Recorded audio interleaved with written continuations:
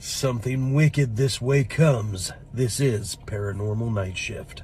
What's up, time travelers? These are your fan-submitted stories, since we are the people who are up at the same time that the critters that go bump in the night are.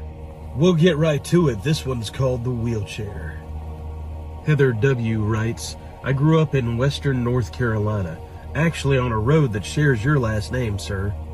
My grandmother ran, for lack of a better word, a boarding house. Except for it wasn't one house. It was a series of houses and trailers that were all kind of together in a circle. She'd rent them out to day workers and drifters and travelers. Nobody would stay that long, except for this one couple. They had been there for years.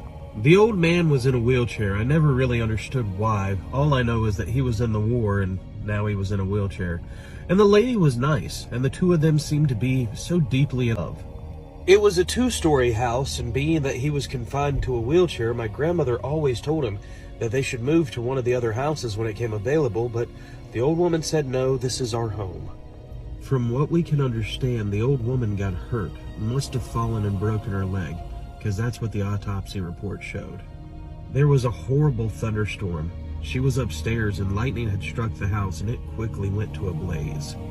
Within a matter of 15 minutes, the house was fully engulfed in flames. There was nothing anyone could do.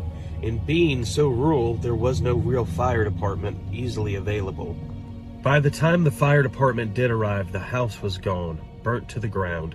The only thing that stayed was the wheelchair.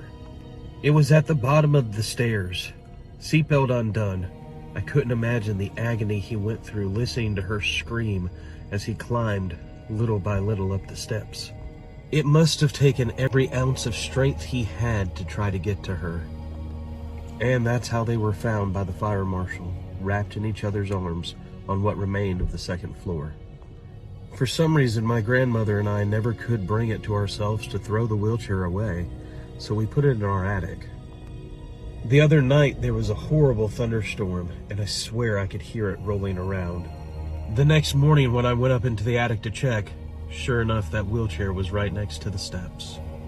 That is a great Paranormal Night Shift story. It's a beautiful story, honestly. You asked for the HR violation sticker, so we're sending it to you. Please, if you have other Paranormal Night Shift stories, please send them here. We'd love to use them.